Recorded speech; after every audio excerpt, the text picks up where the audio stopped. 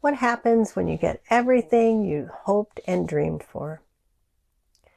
I read a story one time that Jim Carrey, the famous comedian, once said that he wished that everybody would get rich and famous and everything they dreamed of so that they could see that it's not the answer. And that is kind of resonating with me this week because if you're like me and you've dreamed about retirement for a long time, you think everything's going to be better once I get to retirement. I can do this, I can do that, and you work and you strive and you get to this hoped for promised land. Then once you get here, you realize, okay, well, now what, right? If you're new here, I'm Temi, and this channel is Overthinking Retirement.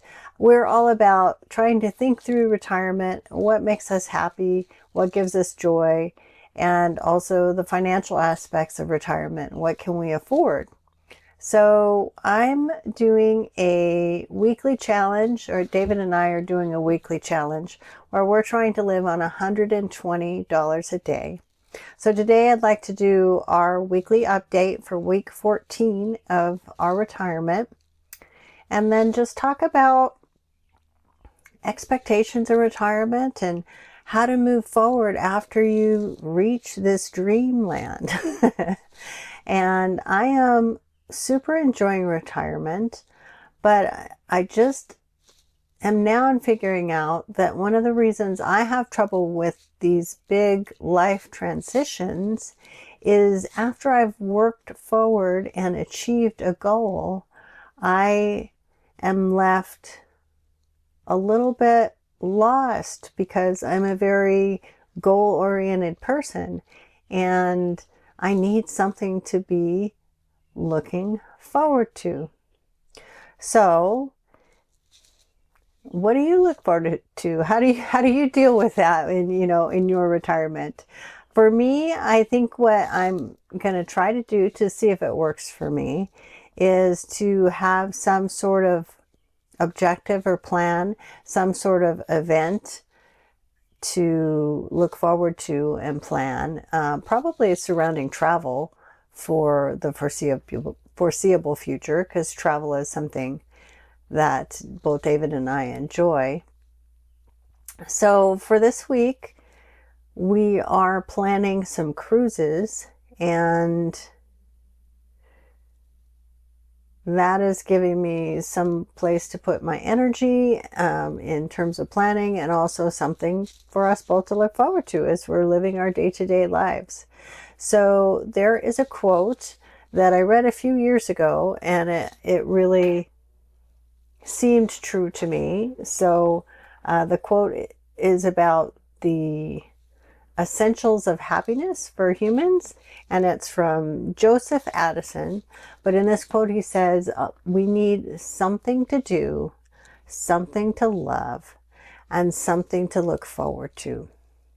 So I don't have any trouble with something to do. I always have something to do. I have a lot of hobbies, and there's a lot to take care of around our little base camp here. And I don't have any trouble with something to love. There's a lot of people in my life that I love and can spend time on, and I have a great community that I can contribute to. But something to hope for is something that I am needing to add, because for so long, having retirement as a goal and something to hope for was a big part of my mental framework and a big part of my financial planning.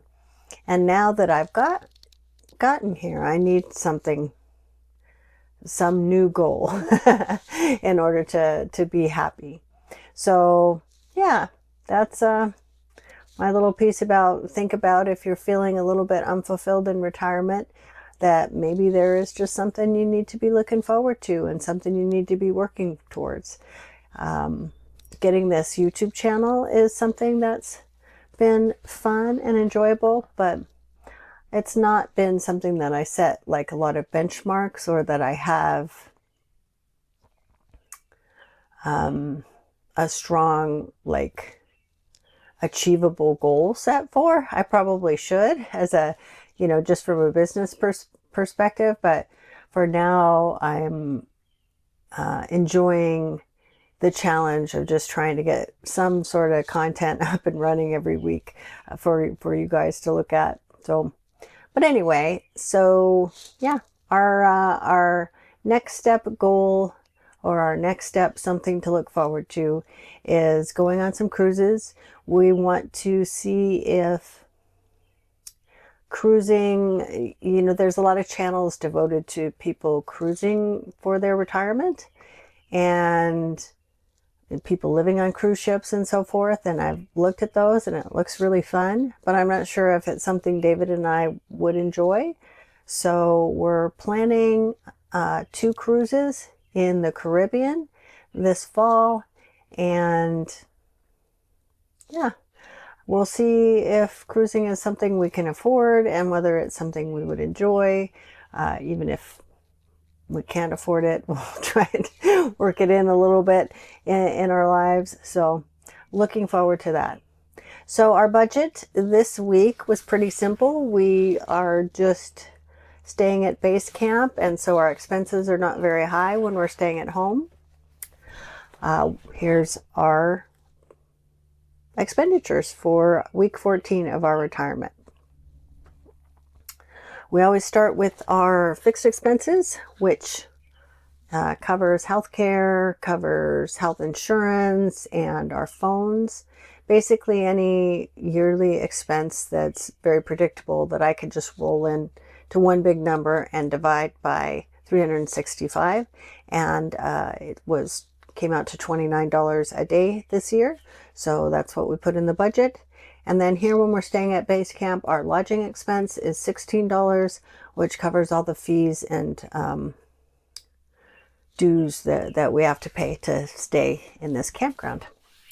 And on Monday, we had to buy gas, so that was $50. And then we went out to lunch for $10.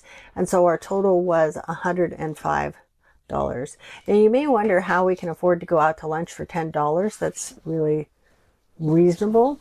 There is a local casino that we enjoy going to, and the casino gives us a little bit of free play and a food credit every Monday for anyone over 55, I think. And so we enjoy going there and we play the free play. We found a way to almost always clear the free play, and so between the food credit and the free play, it almost always mostly pays for our lunch. So that's how we do that. On Tuesday, David bought a new shaver. He needed a new electric shaver, so that was $22. And our total for Tuesday was $67. On Wednesday, we had some home improvement, or David had some home improvement project going on, so he needed some plywood for that. And that was $56. So our total for Wednesday was $101. On Thursday, we bought some clothes for our cruise. So again, we're just gearing up and trying to get everything that we need for the cruise and really looking forward to it. And that was $53. So our total on Thursday was $98. On Friday, we spent $80, and I've really been trying very hard to keep track of expenses and being super honest and transparent on this channel about what we spend. The $80 was an Amazon purchase that David made, and I just have completely forgotten what it is. I'm usually making these videos weeks after we actually had the expenses, so there's probably a way for me to go back and figure out what that was, but it's just more work than I want to go through. So just know that we spent $80 on some miscellaneous purchase on Friday, and that brought our total to $125. Let me know if you budget really carefully in the comments. Do you normally keep track of all your expenses so you know exactly what you spent on what? I have tried very hard actually for years to track our expenses and put them into different categories, but even when I'm trying very hard, I always end up with some money in miscellaneous that would have just been too much work to to track down. All right, so Saturday I bought a scuba mask. So again, looking forward to this cruise. We're going to be in the Caribbean, and I have always wanted to go snorkeling and scuba diving. I'm not going to be able to go scuba diving. That requires classes and a bunch of things, I think, a little more work than I want to go through on this trip. But I have nearsightedness, so I've always thought that it was going to be super expensive to get a scuba mask so that I could go snorkeling. Well, I went online and I found one cheap. It was only $21 for vision corrected snorkeling, and I'm super excited to try it out and see if I can actually see the fish underwater instead of just a bunch of blurs going by. So that will be fun. On Saturday, our total expenses were $66. On Sunday, we did our big grocery shop for the week, and that was $97. So our total for Sunday was $142. Our total for the week was $704, which was great. Even though we had quite a bit of little expenses, it still came in under our goal of $120 a day. So 840 minus 704 comes to $136. So we have $136 that we could put towards our spending bucket for weeks when our spending goes over. So we started the week with $180 in our spending bucket, and we're going to add $136. So that brings our total into our spending bucket of $316. Not a huge amount with this cruise that we're planning. I'm really concerned that we're going to go over budget and not be able to meet this challenge, but we won't know until we get there. So we're just going to do our best. So that's it. That's what we spent for week 14 of our retirement.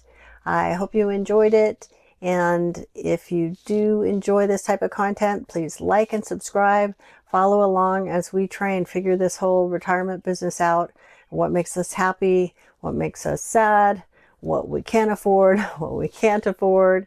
And we'll see you next week, week 15. Until then, I'll be overthinking.